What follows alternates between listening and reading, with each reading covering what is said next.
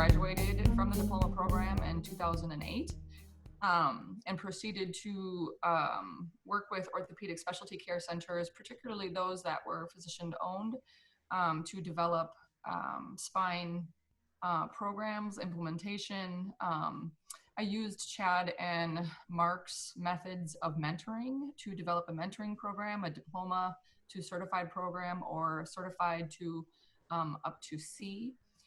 So we developed all of those at administrative level, and then I continued my clinical progression. So I'm about 18 years in now, and 28 months ago, I started Joy Physical Therapy. So it basically just provides MDT, specialty care services, on a mobile and telehealth care setting. So we were the first ones to do that in the state. There was no telehealth 28 months ago. Nobody understood what that is or what it was. So it's really awesome to be able to be a part of the pioneering because MDT is extremely suited. In fact, in my biased opinion, the most suited program out there for different forms of service implementation. And that includes telehealth. It also includes virtual care. It includes a format that I've called chat physical therapy, which is like a back and forth text type format. Because we're educated in at a high level in terms of pain pattern recognition, mechanic pattern recognition, as well as the symptomatic response to movement recognition. We can do that without even looking at the patient in many cases, because you're looking for this pattern. That helps you understand that classification and that progression of force progression, because it's not about us, it's about what MDT can do for the patient. And that just makes it so much, it's been such a joy. I mean, it sounds cliche, right? Joy physical therapy, but it's such a joy to be able to practice like this. Telehealth has, there's a number of different patient populations that do really, really well with that remote platform. The first is the college student. So when college students come home, their parents tend to want them to be evaluated mobily, like we go to them, and then they leave. And then we're able to continue their care online, which is a really, really nice service to be able to the continuity of care no matter where they are. The other patient we find that in Minnesota in particular, we see a ton of snowbirds. So we see people who are here in the summer and leave in the winter. And again, we can continue that continuity of care on telehealth. And despite the fact that a lot of people think that the elderly population doesn't like technology or can't do technology, they do really, really well with telehealth. You know, my mother's nearly 80 and she's got her cell phone on her at all times, and she, you know, knows how to do all that stuff. And so they do really, really well, and they really like it. They like the fact that they can continue. They don't have to transfer their care to another provider who most likely has this, you know, different thought process and treatment methods. And then missionaries is another one we treat. So when missionaries come home in furlough, we tend to evaluate them mobily, and then they leave, and we continue their care. We had a priest in Tanzania we were treating for some time, and so that platform and the ubiquitous nature of the platform, all you need is a signal and audio visual, obviously, and sometimes you can actually manage it without audio. Like we had one situation where it was the patient was in a northern part of Honduras, which for whatever reason the audio signal wasn't working.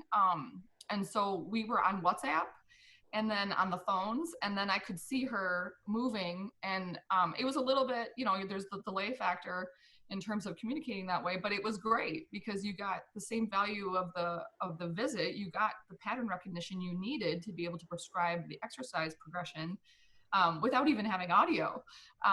So it's a wonderful option. And now COVID has taught us that it's an exceptional option in cases of whatever happens in life and we can't get where we want to go. Telehealth is an amazing option, as well as the fact that because we've been doing it the longest and because MDT is one of the best platforms to do it with, people are recognizing even already, even after, you know, COVID's been about 8 weeks now, and they're noticing like, wow, like you guys, there's a lot to it, right? You have to have that camera angle at that right spot. You have to be able to efficiently move the patient around. You have to be preparing the patient properly for the care in a very different format, kind of like you said. Like, when you're mobile and you're face to face with someone, you don't have to tell someone what types of equipment, for example, they need for the visit. Like, it would be great if you had access to a chair, a pillow,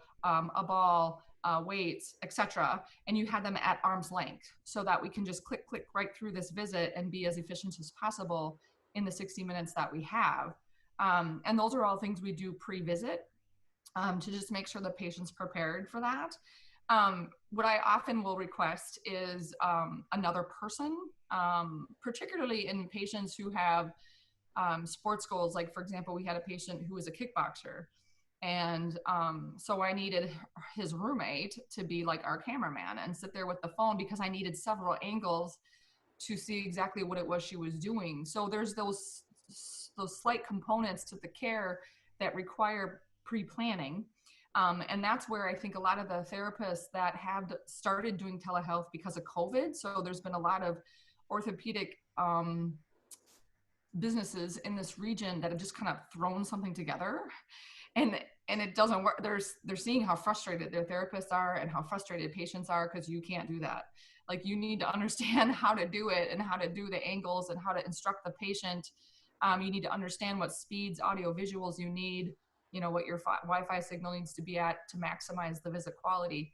And so there's all those different components. So it's just a different way to do care. It did require a lot of beta testing. So we, because nobody had done it in Minnesota prior to us, we were sort of like, we had relied on a couple of the practitioners who were doing it in Florida, and then another one that was in California. And we did, I can't even tell you, probably 20 beta tests. Shoot, when you're a therapist, you're not an IT person. And how do you do it in a very efficient manner? And so we did a ton of that. We probably spent our first 4 to 5 months doing beta tests, and figuring out those parameters. How do you maximize the quality of a telehealth visit? How much time do you need? That was the other question. Like, do you need more time? Because now you're instructing patients to move, whereas in a mobile visit, for example, you could just move them yourself. And we found that once the therapist is properly trained, and once we understand how to instruct the patient pre-visit, you can be just as efficient with a telehealth visit, and sometimes more efficient than you can with a mobile visit, which is great. It's just that training component. And that's where a lot of the other orthopedics in this region are learning the hard way that you need training to do this. This isn't just like just getting on the phone with someone and having a conversation. That's not what this is. And the format we use for our telehealth was actually originally designed for psychotherapists. So there's some things about it that are a little rigid in terms of the fact that psychotherapists tend to not move during the visit, and the patient tends to not move.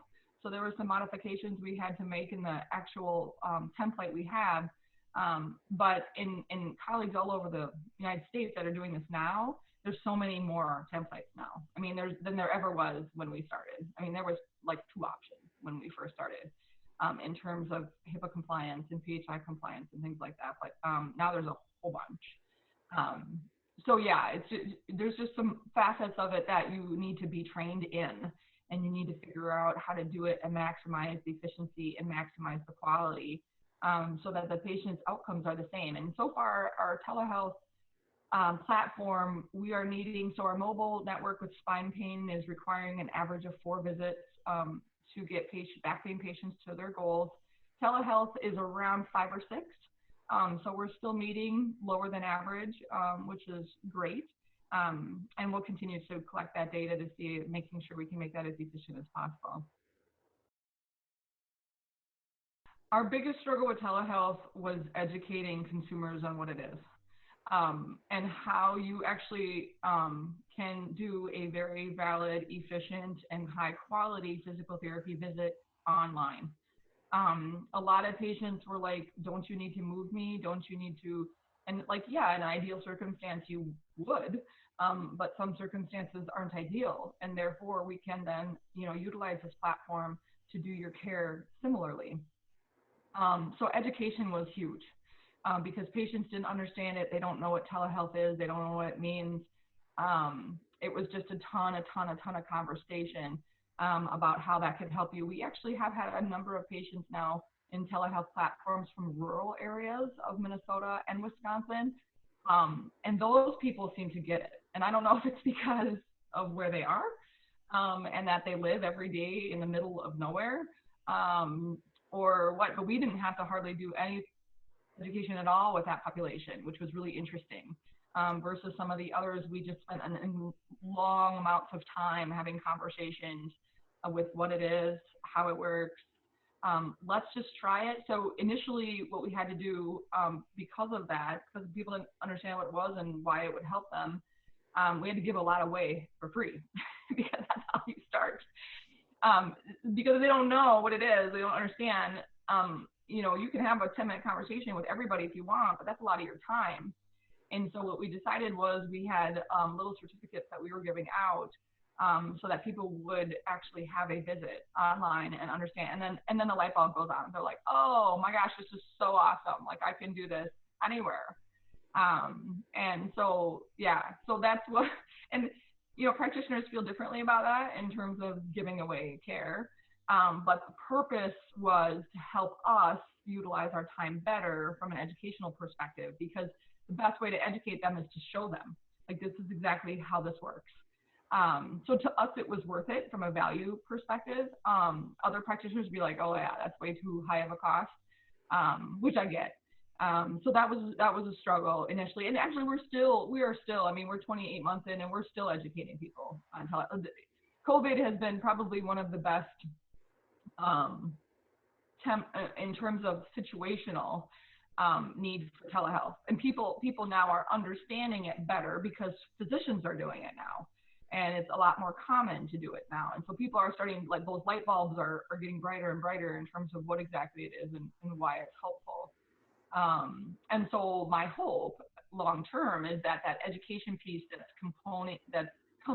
comprising a lot of our time from a telehealth perspective will slowly dwindle to the point where people will know what it means. They'll know what it is when they see it, and we won't have to have that conversation, and we won't have to give them away for free, which is good. So, just understand what I've had to do with our specialty care services is explain what, like, people like, what is MDT? What is that? And why it doesn't matter, right? So isn't PT, and why does it matter? And so my piece that I always tell people is that there are very wide ranges, like other practitioners, there are very wide ranges of physical therapists, as well as settings, as well as education and training. And MDT is, I consider it a specialized service based on the amount of training required to get reliable and valid at it. And we describe it as a mechanical diagnosis and therapy as an algorithm. So it's an evaluative algorithm that helps us understand the patient's movements and positions and their symptoms that change or may not change based on movement-related evaluative tests. So we are the movement experts. We are the ones that have expertise from a training perspective in symptomatic response to movement. And why that is important is that when you go to general physical therapy, so you go to your physician and they have contracts with physical therapy providers, or they own their own, which is common around here, or their insurance company says go to ABC Physical Therapy, the most likely type of intervention you're going to get is trial and error. They're going to say, here's some things, try these, see what happens, right? So I always educate people this way. I said, so if your physician, if you went in with an ear infection and your physician looked at you and said, well, there's a bowl of pills over there for ear infections. Do you want to just try a few and see what happens? How would you view the provider in terms of the expertise in their care, right? They're in a trial and error mode, right? They're like, oh, just try this out and see what happens. Try this out and see what happens. And in today's world of high deductibles, the consumer is now the patient. And now it's like, now we get to decide where we go and why, because we're the ones paying the bills. We're the ones that get to decide because we write the check to pay the bill. So what I tell people is, if you went to a physician and they told you that, would you ever go back? And I said, and yet physical therapy is provided in that format constantly. In fact, that's the most common way physical therapy is distributed in orthopedic settings, is trial and error. Here's a bunch of exercises, try it out and see how it goes.